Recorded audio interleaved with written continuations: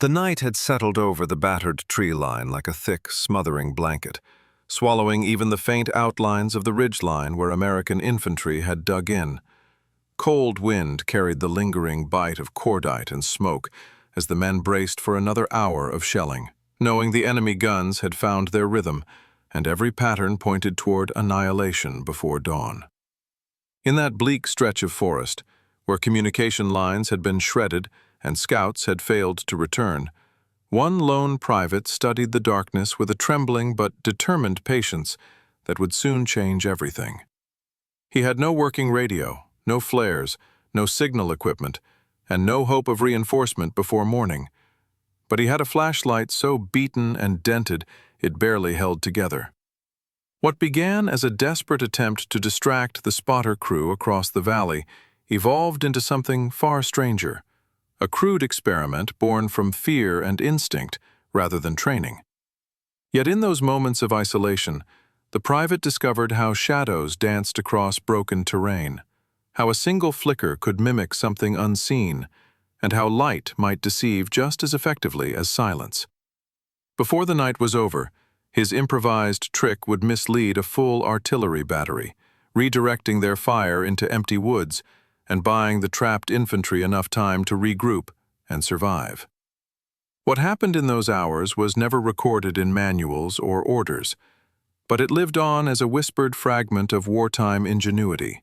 One soldier, one dying flashlight, and a valley full of hostile eyes trying to read signals that were never there. The private had been assigned to a battered forward observation post perched on a ridge scarred by weeks of shelling. The dugout itself was little more than a collapsed roof of logs and earth, barely shielding him from the icy wind cutting through the gaps. Through the darkness, he could see the faint glow of distant lanterns, where the enemy's spotter teams took their positions, silhouettes perched against the edge of the far tree line, like still figures carved from stone. Every few minutes, a gun crew behind them fired another round, their rhythm tightening, trapping his unit in a shrinking circle of destruction. He checked his pockets and gear as the ridgeline shook from another impact. Almost nothing remained intact. His map was half burned, his compass cracked, and the field phone cable leading back to his company command lay severed beneath a fallen tree.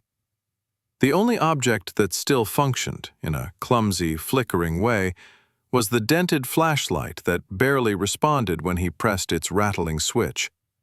Its weak beam jumped unpredictably, trembling with every vibration of the earth. Across the valley, he noticed something odd.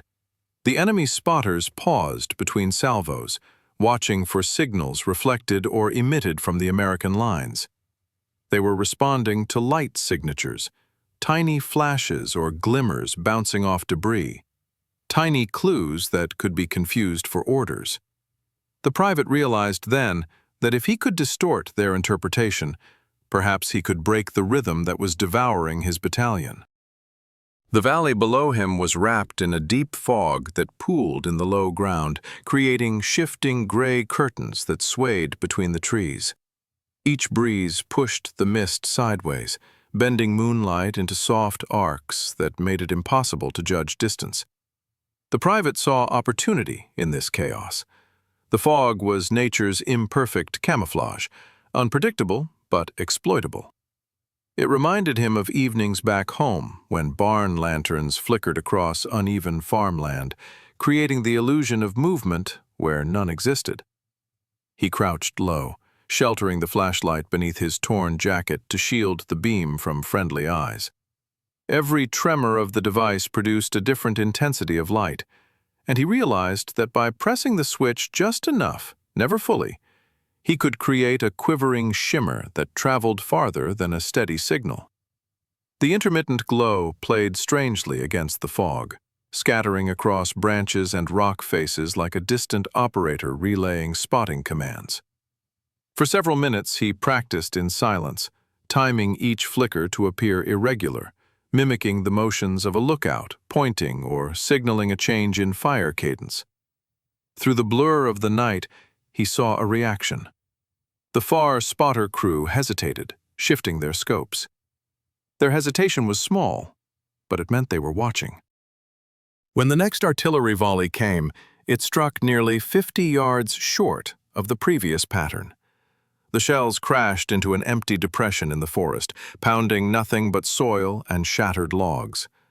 The private felt his breath catch as the earth shook, realizing his experiment had disrupted the battery's adjustments. The enemy crews were recalibrating based on signals they thought were authentic. He pushed his flashlight deeper into the crook of his arm, adjusting its broken lens with a thumb stained by soot and frostbite. With each controlled jitter, the light scattered differently through the fog, bending into streaks that mimicked directional commands. It wasn't perfect, but it was believable enough for men forced to read distant flashes in the middle of darkness and chaos. As the minutes passed, he modified his timing, adopting a rhythm opposite the real American firing patterns. The deception began to take shape. The spotters across the valley interpreted his flashes as orders to shift fire right, then deeper into the woods. Slowly, predictably, their aim drifted away from the American strongpoint, drawn into the trap he was weaving with nothing but trembling hands and a failing light. The shelling grew more distant as the enemy guns followed the false cues into a gully far from the ridge. For the first time in hours, the private's unit had a moment of quiet. The soldiers behind him crouched deeper into their foxholes, unsure of what caused the sudden reprieve, but grateful for the silence that settled like a fragile truce over the battlefield. Down the slope, flickers of light betrayed the spotter crew's attempts to relay what they believed to be refined coordinates. The private watched them squint through their scopes, their movements oddly cautious, struggling to make sense of the fragmented reflections drifting through the fog. His own pulses of light had become an unintentional language, one he barely controlled, but the enemy studied it as though decoding an urgent command. He began blending brief flashes with long gaps of darkness, creating confusion and uncertainty. The gunners, unable to trust the signals entirely, fired shorter bursts, pausing longer between volleys. Their confidence was eroding, and with every minute that passed, the private felt the weight of survival shift subtly in his favor. Wind swept over the ridge, carrying with it the smell of damp earth and burnt pine needles. The private pressed himself deeper into the mud-lined trench, wiping frost from the flashlight's cracked lens. He could feel the device weakening. Its battery was nearly drained, and every second counted. Yet even in its dimmest state, the beam still fractured strangely through the fog, more ghost than light, but effective enough to matter. He watched as the enemy spotters adjusted their scopes repeatedly, unable to reconcile the contradictory signals. They leaned forward, huddled together, arguing quietly as they tried to map out what they believed were American corrections. The private realized that by directing his flickers toward certain rock outcroppings, he could simulate elevation adjustments the spotters expected to see. Taking a deep breath, he began shifting the angle of each flash, using the natural contours of the ridge to warp the light. The fog transformed each fractured glimmer into something larger, something that looked intentional. Within minutes, the enemy's artillery began targeting a new section of forest even farther off course. The night deepened, and clouds rolled across the moon, plunging the valley into an even darker haze. The private relied more on instinct than vision, trusting the fragmentation of the beam to create illusions in the fog.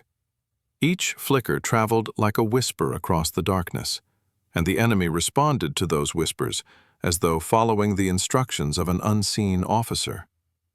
In the distance, the shells now landed harmlessly against boulders and thickets. Each detonation lit up the valley floor in brief white flashes that revealed no enemy movement, fueling the artillery crew's confusion. With every misguided volley, their frustration grew, and the private sensed that doubt was taking root within their ranks. His hands shook, partly from cold and partly from exhaustion. The flashlight itself grew hotter with every forced spark, its circuitry straining beyond its intended limits. He knew it would fail soon. Before that happened, he needed one final sequence, one last deceptive pulse, to pull the enemy fire entirely away from the ridge. The forest around him had grown eerily silent, save for the crackle of burning underbrush far down the slope. A thin layer of frost coated the ruined logs around the observation post, reflecting what little light remained. The private used these natural mirrors carefully, bouncing faint glimmers from his dying flashlight across surfaces that amplified their seeming distance. He crafted a series of flashes, spaced widely apart, each angled toward different sections of terrain. The enemy's spotters interpreted this erratic pattern as a shift in the American observation line, prompting them to realign their scopes. Slowly, their attention drifted to the far right side of the valley, believing that the Americans were repositioning. Minutes later, the thunder of the artillery resumed, but now plunged into a sector miles from the private's position. Dust rained down from the trench roof as the distant impacts rolled like muffled echoes. The ridgeline trembled faintly, but the deadly precision aimed at his unit was gone. With the enemy's focus pulled far from the ridge, the private finally allowed himself a moment to breathe. Yet there was no comfort in the darkness. The cold seeped deep into his bones, and the flashlight's glow faded to a weak, reddish pulse. He tapped it gently, coaxing a few final beams as he searched the valley for any sign that the deception was failing. Through the wavering fog, he saw the enemy spotter teams sending frantic confirmation signals to their guns. They believed a breakthrough was forming in the wrong sector and were trying to validate their readings. The private realized the situation had shifted from confusion to genuine miscalculation. Using the flashlight one last time, he created a faint, trembling arc of light that appeared to drift toward the enemy's misinterpreted target zone. It was barely visible, but in the fog, even faint movement took on an exaggerated form. The spotters doubled down on their mistake. As the night grew colder, the private's unit began to stir, whispering cautiously among themselves. They couldn't understand why the shelling had suddenly shifted so far away, but the moment allowed medics to move between foxholes, treating the wounded without fear of the next blast striking near them. The lull gave the men a chance to regain their bearings, though none knew what had caused the reprieve. The private kept his secret, crouched alone with the dying flashlight clutched in numb fingers. He knew the enemy would eventually realize their error, but he hoped dawn would arrive before they re-established their aim. The fog, once a menace, had become his strongest ally, distorting every glimmer and offering cover for his improvised signals. The batteries on the distant ridge fired again, but now with hesitation. The pattern was broken, their coordination was fraying. The private sensed the tide of the night shifting. Survival now depended on prolonging this confusion just a little longer. In the dim hours before dawn, the private's entire world seemed reduced to the weak pulse of the flashlight, the tremble of earth beneath distant detonations, and the shredded tree line around him. He could no longer feel his hands as he pressed the switch gently, coaxing thin streaks of light through the thickening fog. The enemy spotters tried to reconcile the conflicting patterns they saw, sending their own signals in desperate attempts to regain clarity. Their movements appeared frantic, almost chaotic, as they adjusted their scopes repeatedly.